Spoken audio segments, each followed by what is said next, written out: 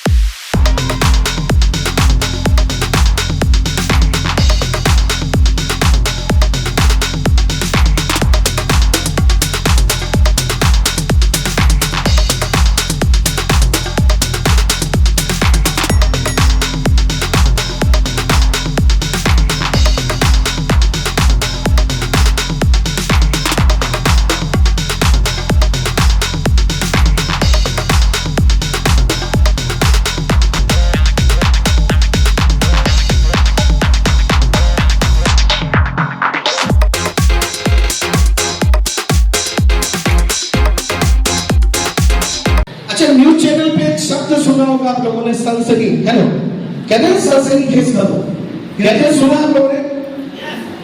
आज वह जलजला, वो सनसनी, आरसीएम की सनसनी आप बलरामपुर में आई है। मैं चाहता हूं मैं रूप राम सर के सम्मान में जोरदार खतरनाक, अब तक की सबसे खतरनाक तालियों से उनका वेलकम करें।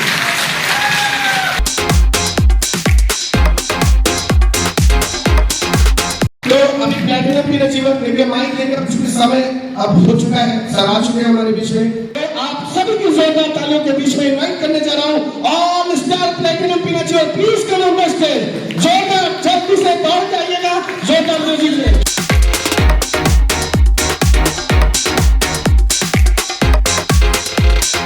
हम समय से 15 मिनट ऑलरेडी लेट हैं, तो हम जानते हैं ये लोग लीडर हैं। ये 2000, 5000, 10,000, 20,000, 30,000, 40,000 वाले लोगों को पैदा करते हैं। ये ऐसे लीडर हैं, तो इनको समय का मर्यादा का पता है, तो ये समय नहीं लेंगे। माइक हैंडओवर करने से पहले बस एक मेरा आग्रह रहेगा, सर को सुनने के लिए बहुत सारे लोग आ जाए हुए हैं, इसका ध्यान रखिएगा। नमस्कार, जय आरसीएम। साथियों, नाम अभय श्रीवास्तव है। इस आरसीएम बिजनेस को पार्ट टाइम सीख रहा हूँ, कर रहा हूँ। आज लगभग 48 महीने पहले इस बिजनेस को मैंने साइन अप किया। पार्ट टाइम काम करते हुए अपनी एक बुक की दुकान है जो 25 साल से चला रहा हूँ। उसके साथ हम आरसीएम बिजनेस हमको हमारी जिंदगी में आया।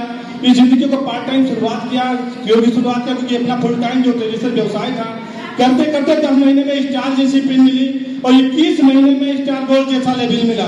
यानी रॉयल्टी के बाद आदमी सिक्योर हो जाता है। उस समय कई साल दुकान करते हो गए थे, हम अपने आप को सिक्योर नहीं कर पाते थे, शटर डाउन हो जाता था, इनकम बंद हो जाती थी। लेकिन 21 महीने में रॉयल्टी जैसी मुकाम मिला और अपने आप को सिक्योर किए। और 48 महीने में हमको स्टार प्लेटिनम जैसी मुकाम मिला। और इनकम की बात करें, ये 367 रुपए से सफल शुरुआत हुआ था 58,000 तक सफल पहुंच चुका है। मात्र पार्ट टाइम आरसीएम बिजनेस को सीखते हुए ये लेवल पर पहुंच चुके हैं। तो आप लोग से निवेदन है कि आरसीएम बिजनेस ईमानदारी से आप करिए, पार्ट टाइम करिए, लेकिन कंसिस्टेंसी के साथ करिए, लगातार साथ करिए। ये वैसे बढ़िया मौका कोई नहीं मिलेगा आपको। थैंक यू, धन्यवाद।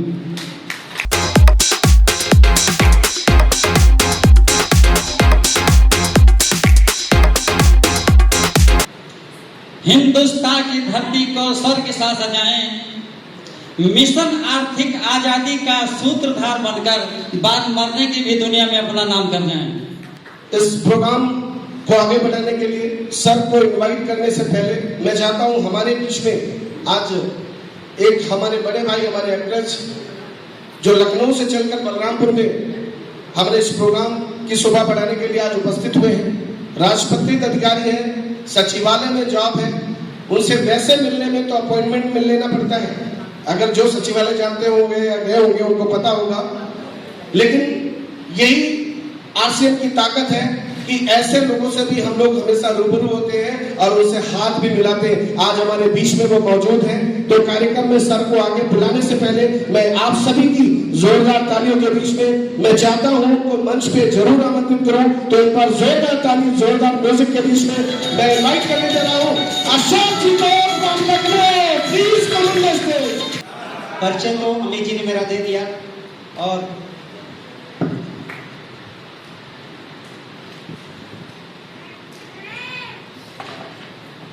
जय आरसीएम।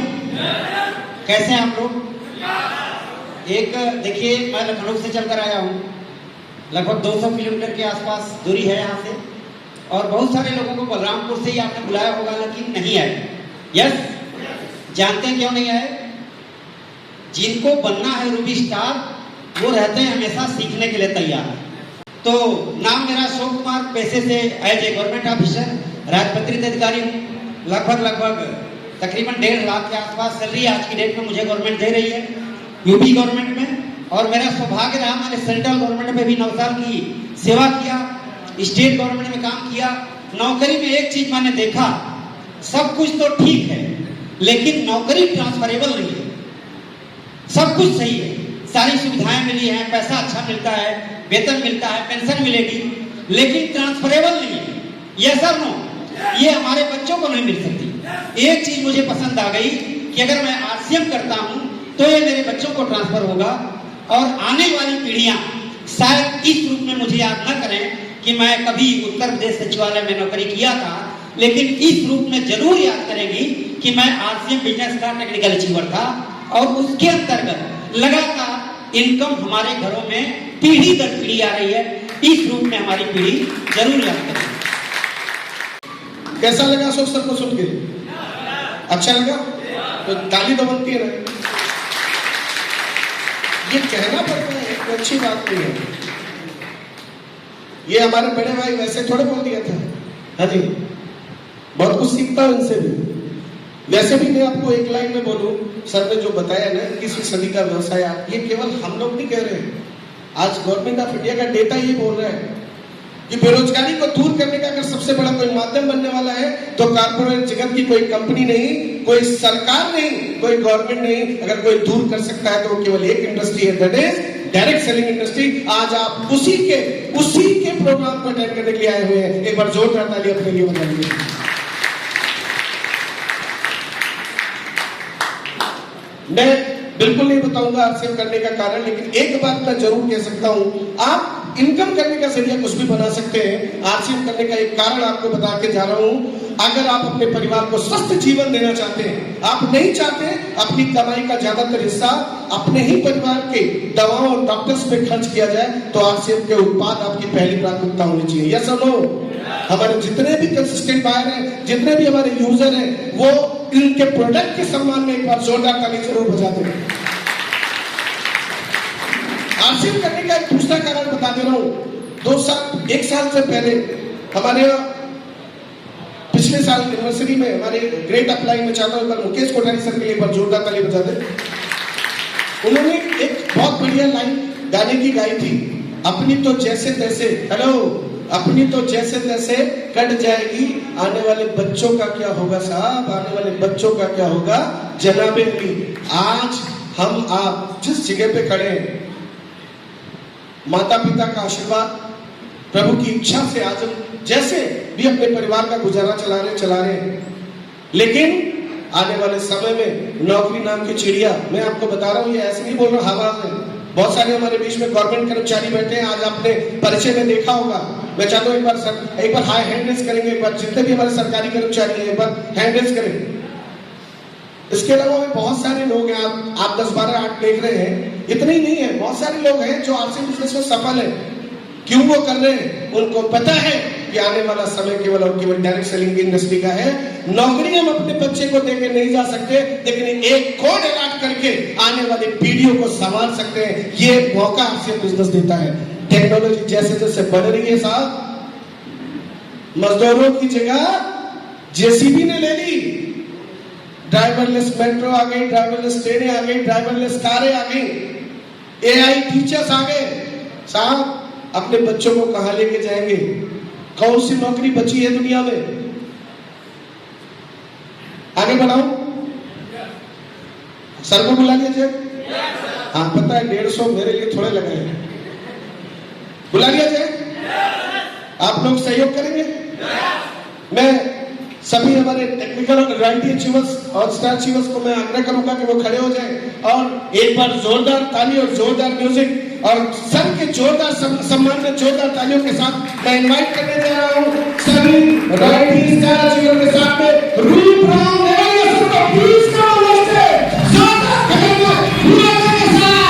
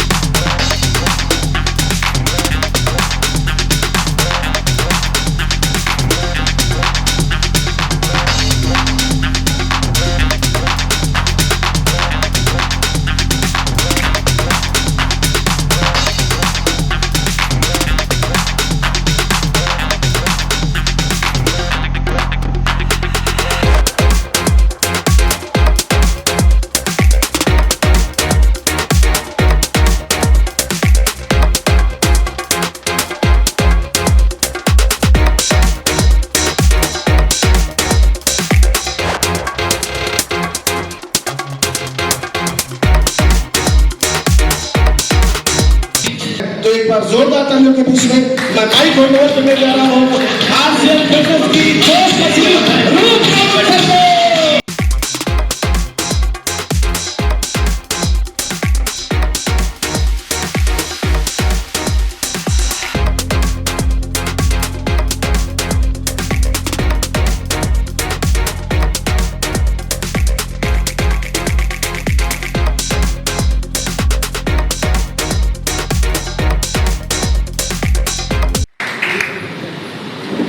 पागलों की इस सभा में आप सभी का स्वागत है। कई लोग मुस्कुरा रहे हैं, कई लोग थोड़ा सा सीरियस हो गए। सर अच्छे खासे लोगों को पागल कैसे कहा? बिल्कुल सर, पागलों वाली इस सभा में आप सभी का स्वागत है। अच्छा, एक बार जानना चाहेंगे आज के हमारे इस प्रोग्राम के अंदर हमारी कितनी ऐसी बहनें हैं और कितने हमारे ऐसे भाई हैं सर जो आज इस तरह का प्रोग्राम सुनने के लिए पहली बार आए हैं? सर एक बार हाथ खड़ा करें सर। क्या बात है, पहली बार वाले लोगों की संख्या यहाँ पे मुझे लग रहा है ज्यादा है। Thank you so much.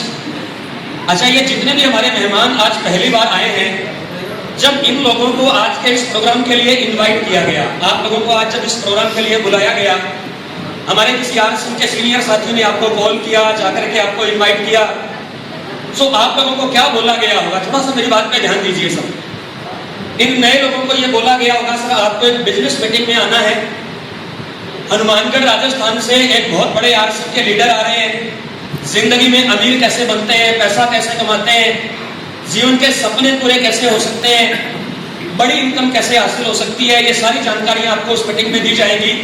सो आपको एक बिजनेस मीटिंग में आना है। क्या ऐसा बोल करके सब लोगों को इनवाइट किया गया श्रीवास्तव जी? थोड़ा सा यस और नो में अगर उत्तर देंगे बात करने का मजा आएगा। हमारे आरसीएम के सभी सीनियर लोगों ने इन नए लोगों को इस तरह से बातें बोल करके इनवाइट किया गया कि आपको एक बिजनेस मीटिंग में आना है, पैसे कैसे कमाते हैं, अमीर कैसे बनते हैं, जिंदगी के सपने कैसे पूरे किए जा सकते हैं, ये सारी बातें बता करके आप लोगों को इनवाइट किया गया। और मैं देख रहा हूं कि लगभग इस प्रोग्राम को चलते हुए मेरे आने से पहले की अगर मैं बात करूं तो तकरीबन शायद 1 घंटा हो चुका है इस प्रोग्राम को चलते हुए। है मैं राइट सर? और पिछले 1 घंटे के दौरान यहाँ पे जितने भी आरसीएम के लीडर आए उन सब लोगों ने आप लोगों से तालियां बजवाई। अच्छा ईमानदारी से बताइए सर, बजवाई या नहीं बजवाई सर? उन सारे लोगों ने आपसे तालियां बजवाई और इतनी ज्यादा तालियां आप लोग बजा चुके हो कि आपको बीच बीच में कई बार ये महसूस हुआ होगा यार ये वो बिजनेस मीटिंग नहीं है, ये पागलों वाली सभा है। हेलो, क्या मैं सही कह रहा हूं सर?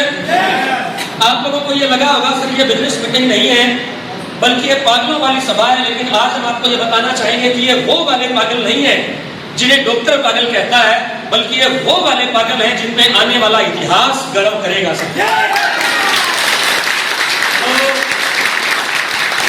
आप 50 साल पहले का इतिहास उठाइए, आप 100 साल पहले का इतिहास उठाइए, आप 500 साल पहले का इतिहास उठाइए। इस दुनिया के अंदर, इस धरती के ऊपर जितने भी बड़े आविष्कार हुए, जितने भी बड़े चमत्कार हुए, ईमानदारी से बताना चाहूंगा दोस्तों, कभी साधारण लोगों ने नहीं किए बल्कि हम जैसे ही पागल और दीवाने लोगों ने किए। क्या मैं सही कह रहा हूं साहब? ये जिस लाइट के नीचे आप लोग बैठे हो, ये जो बल्ब यहाँ पे आपके सामने जल रहे हैं सर, अगर आप इसका इतिहास पढ़ के देखेंगे ना तो इस बल्ब को बनाने वाला एक विदेशी आदमी जिसका नाम था थॉमसन एडिसन, नाम तो सुना होगा सर? थॉमसन एडिसन नाम का एक इंसान, जब हमारे देश और दुनिया के अंदर लाइट नहीं होती थी, बल्ब नहीं होते थे, थॉमसन एडिसन ने दुनिया वालों को बताया कि एक सूरज भगवान ने बनाया है। वो जो सूरज रोज उगता है, रोज छिपता है, थॉमसन एडिसन ने दुनिया वालों को बताया कि एक सूरज भगवान ने बनाया है, लेकिन एक सूरज मैं बनाऊंगा।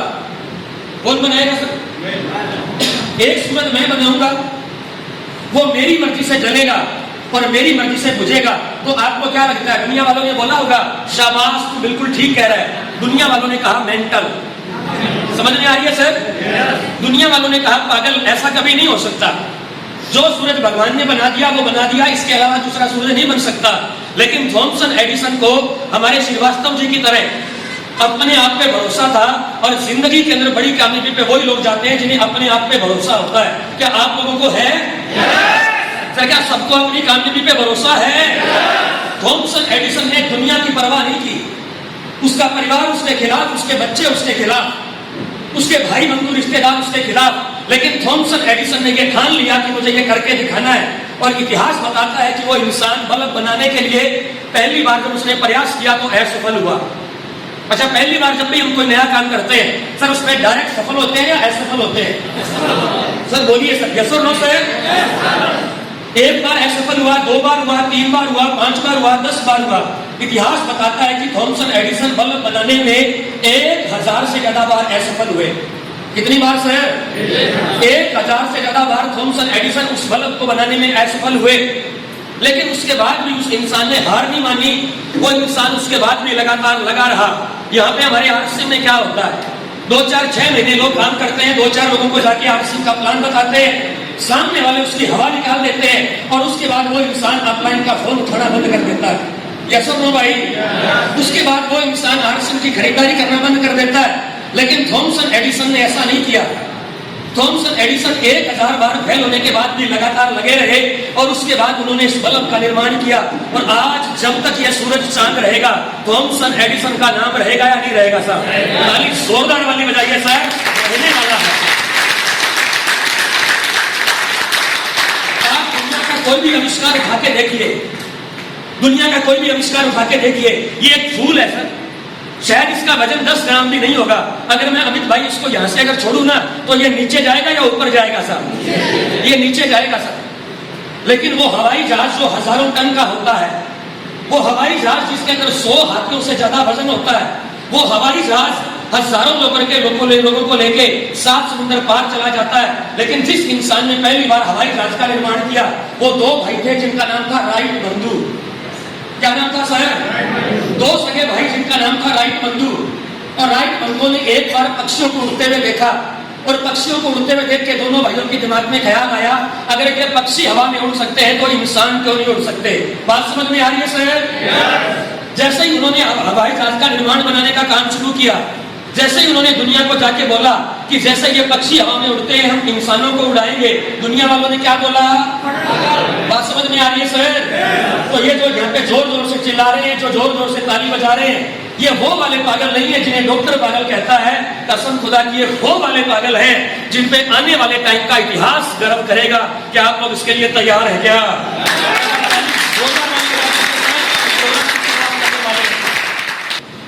आगे बढ़ने से पहले छोटा सा अपना परिचय दे दूं सर, क्योंकि आपके बलरामपुर की धरती पर पहली बार आए हैं। ज्यादातर लोग आज मुझे पहली बार सुन रहे हैं। हालांकि कल मेरी जब अमित सर से बात हुई, मैंने इनको बोला, मैंने कहा सर आपने मुझे कब देखा? बोला सर एक बार 8 बजे आपका प्रोग्राम आया था जूम के ऊपर, 8 PM जूम जो पहले प्रोग्राम चलता था, हमारे बीसी सर चलाते थे। बोला सर मैंने एक बार आपको 8 PM पे सुना था, उसके बाद मैंने ये डिसीजन लिया कि एक बार हम रूपराम सर को यहाँ पे इस धरती पे लेके आएंगे। तो क्योंकि आप सब लोग मेरे डाउनलाइन में नहीं हो, यस और नो सर, इसलिए आज मैं आपके बीच में पहली बार आया हूँ। इस यहाँ पे आने के पीछे सबसे बड़ा रोल जिन्होंने प्ले किया, जिनके माध्यम से मैं आप लोगों के बीच में आया, एक बार हम चाहेंगे आप सब लोगों के सीनियर अमित सर के लिए जोरदार वाली ताली बजा दीजिए।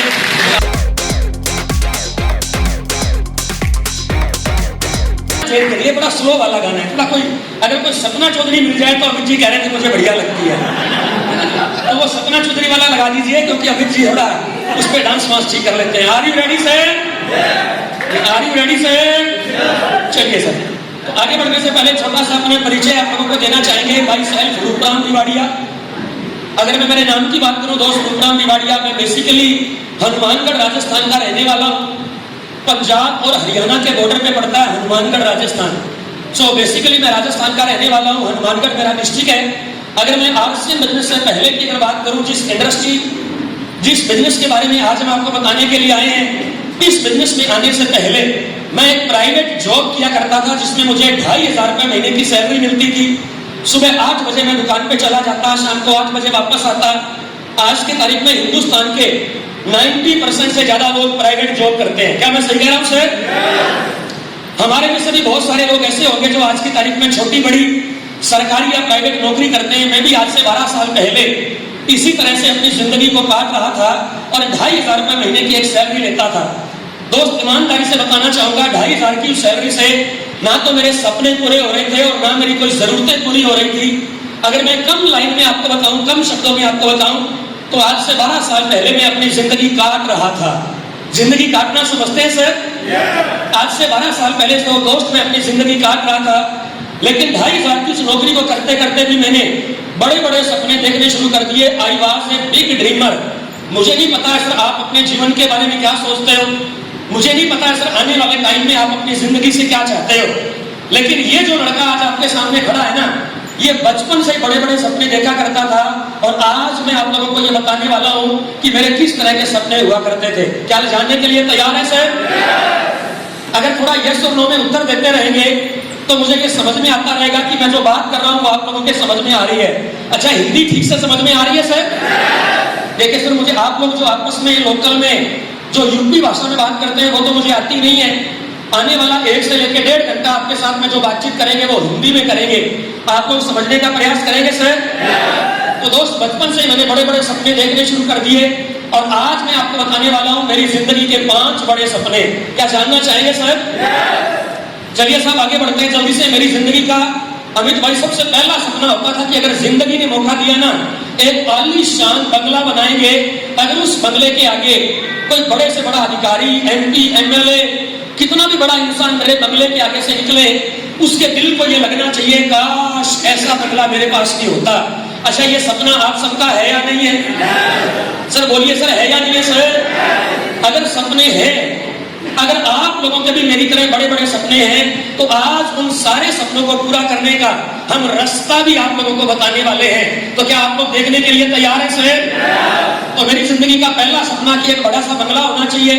मेरी जिंदगी का दूसरा सपना सर, उसी बंगले के आगे एक लंबे वाली गाड़ी होनी चाहिए।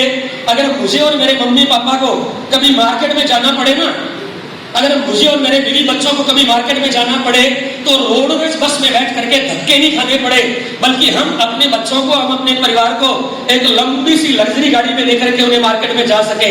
क्या ऐसा सपना आपका भी है सर? चलिए आगे बढ़ते हैं सर।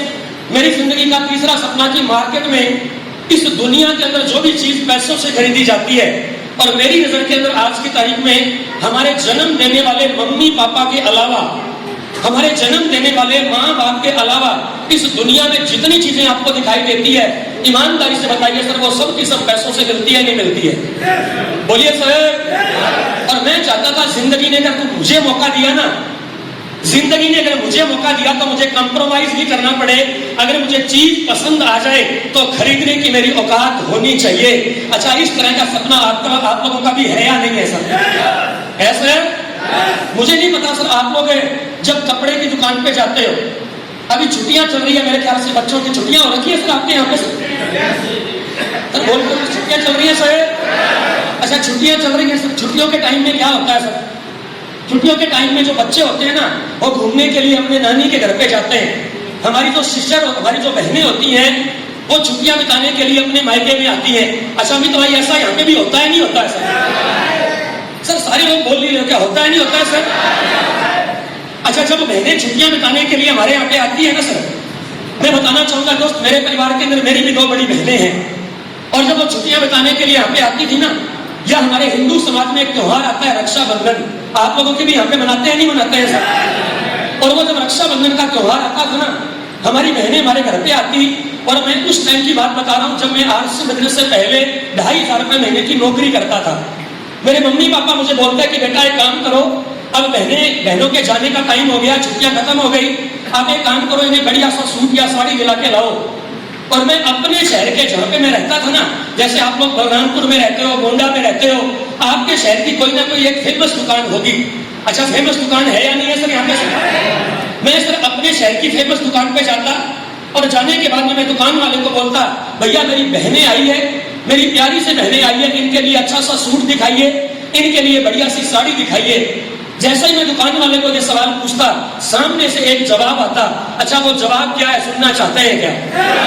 ऐसे नहीं सर, सुनना चाहते हैं सर? और मैं जानता हूं सर, वो जवाब न केवल मुझे राजस्थान में पूछा जाता था, बल्कि वो चीज आप लोगों से भी पूछी जाती है, सर कितनी रेंज वाला दिखाऊं? क्या आप लोगों के यूपी में भी ऐसा होता है सर? सर कितनी रेंज वाला दिखाऊं? मुझे नहीं पता सर। जब ये सवाल उस दुकान वाले ने आपसे पूछा, आपके दिल को कुछ लगा या नहीं लगा? लेकिन अगर सभ्य भाषा में देखा जाए, अगर सभ्य भाषा में देखा जाए, वो दुकान वाला ये पूछता है, भैया अपनी औकात बताओ कितनी है? हेलो, कैसा लो सर? सर अपनी औकात बताओ कितनी है? तुम्हें 500 वाला लेना हो और मैं तुम्हें 5,000 वाला दिखाऊं, इसका मतलब ये है कि क्यों तुम अपना टाइम खराब कर रहे हो, क्यों तुम मेरा टाइम खराब कर रहे हो? पहले ही बता दीजिए कि तुम्हारी जेब में कितने पैसे हैं। वो हमसे हमारी औकात पूछता है या नहीं पूछता है? बोलिए सर।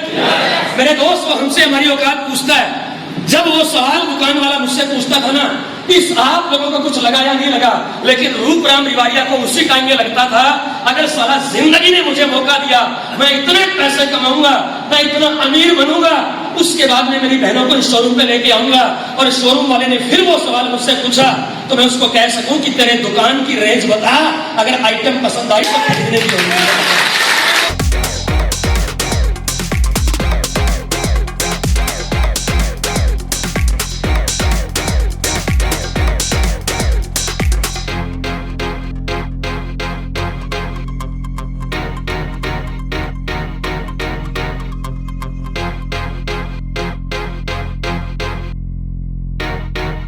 जिंदगी का अगला सपना कि हमें मार्केट में जब भी कोई जाना पड़े ना, जब भी कोई चीज हमें खरीदनी पड़े, हमें कंप्रोमाइज ना करना पड़े। क्या आप लोग भी ऐसा चाहते हैं सर? चाहते हैं सर? आइए सर आगे बढ़ते हैं। मेरी जिंदगी का अगला सपना, श्रीवास्तव जी, मैं जिस परिवार से बिलोंग करता हूँ ना, मेरे परिवार के अंदर मेरे मम्मी पापा और मेरे 4 बहन भाई, और उन 4 बहन भाइयों के परिवार में मैं सबसे छोटा। मम्मी पापा के अलावा 2 मेरी बड़ी सिस्टर है, 1 मेरे बड़े भैया हैं, मैं सबसे छोटा हूं सर। और मेरे पापा जी मेरे पूरे परिवार को चलाने के लिए कपड़े सिलाई करने का काम करते थे, यानी एज ए टेलर। समझ में आ रहा है सर? कपड़े की दुकान के आगे बैठ के मेरे पापा जी कपड़े सिलाई करने का काम करते थे। घर के उन हालातों की वजह से मैंने पढ़ाई को टाइम से छोड़ दिया। अगर मैं मेरी एजुकेशन की बात करूं तो केवल अंडर मैट्रिक 8 क्लास पढ़ा लिखा हूं। बात समझ में आ रही है सर? 8 क्लास एजुकेशन लेने के बाद में मैंने प्राइवेट नौकरी करना शुरू कर दिया। लेकिन उसी दिन से मेरा एक सपना बन गया कि मैं जिंदगी में अगर मुझे मौका मिला तो मैं इतनी मेहनत करूंगा, मैं इतने पैसे कमाऊंगा कि मेरे बच्चे अगर पढ़ना चाहेंगे ना तो मैं उन्हें हिंदुस्तान और दुनिया के सबसे बढ़िया स्कूल और कॉलेज में पढ़ाऊंगा। अच्छा, मैं आपसे एक सवाल जानना चाहता हूं सर, आप सभी लोगों के बच्चे हैं यहाँ पे, ये बच्चा किसी का यहाँ पे सो रहा है सर, तो मुझे एक बात ईमानदारी से बताइए सर, आपका बेटा और आपकी बेटी क्या इस पूरे उत्तर प्रदेश के पूरी दुनिया के सबसे बढ़िया स्कूल कॉलेज में पढ़ने के लायक है या नहीं है? सर लायक है या नहीं है सर? बच्चा तो मेरे दोस्त उस बड़ी उत्तर प्रदेश के सबसे बढ़िया स्कूल कॉलेज में पढ़ने के लायक है, लेकिन अगर हम पढ़ा नहीं पाते हैं तो मुझे बताइए नालायक बच्चा है या फिर हम है सर?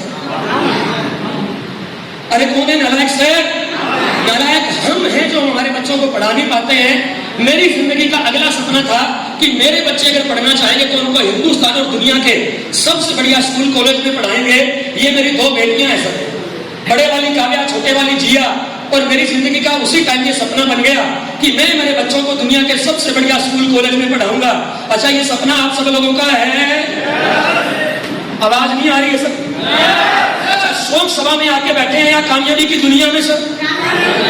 तो कई तो इतने ढीले बैठे हैं जैसे हम लोग कामयाबी की दुनिया में नहीं बल्कि शोक सभा में आके बैठे हैं। और मैं कई लोगों के चेहरे को तो ऐसे देख रहा हूं जैसे इतने लटके हुए चेहरे हैं, चेहरे पे इतने 12 बजे हुए हैं। यस और नो सर? और मुझे एक बात बताइए सर, अगर चेहरे पे 12 बजे हुए रहेंगे तो क्या आपकी डाउनलाइन या कोई भी इंसान आपसे जुड़ना चाहेगा? अरे बोलिए सर, जुड़ना चाहेगा? अच्छा, एक बात बताइए सर, मान लीजिए बहन, आप एक बात बताइए, आपको यहाँ पे बलरामपुर से आपको गोंडा जाना है, बलरामपुर से गोंडा जाना है, और मेरे ख्याल से बस में लगते हैं लगभग 1 घंटा। कितना लगता होगा सर? लगभग मान लीजिए बलरामपुर से आपको गोंडा जाना है, 1 घंटा लगेगा। आप जैसे ही बस में चढ़ी, बस में आपने क्या देखा, बस में जितनी सीटें थी सबके ऊपर एक आदमी बैठा है। सारी सीटों में कितने कितने लोग बैठे हैं सर? अच्छा, आवाज समझ में आ रही है नहीं आ रही है? जैसे ही बहन बस में चढ़ी, सारी सीटों में एक आदमी बैठा है। सबसे पहला वो आदमी बैठा है जो फोन के ऊपर अपनी घरवाली से झगड़ा कर रहा है। यस और नो सर? इन्होंने दूसरे की तरफ देखा, दूसरा वो बैठा है जो सरकार को गालियां दे रहा है, मोदी खराब, योगी खराब। यस और नो सर? तीसरे की तरफ गई तो तीसरा बोल रहा है आज गर्मी ज्यादा, आज सर्दी ज्यादा। समझ में आ रहा है नहीं आ रहा है? हेलो? चौथे के पास में गई तो उसका चेहरा बिल्कुल लटका हुआ, एकदम चेहरे पे 12 बजे हुए। और एक सीट की तरफ इन्होंने देखा तो कोई अमित भाई जैसा बंदा एकदम बिंदास, आरसी का टेक्निकल अचीवर, एकदम मुस्कुरा रहा है। ईमानदारी से बताइए, 1 घंटे का सफर है। सफर कितने घंटे का? अरे कितने घंटे का भैया? 1 घंटे का सफर है। ईमानदारी से बहन बताना, उस बस के अंदर आपने अलग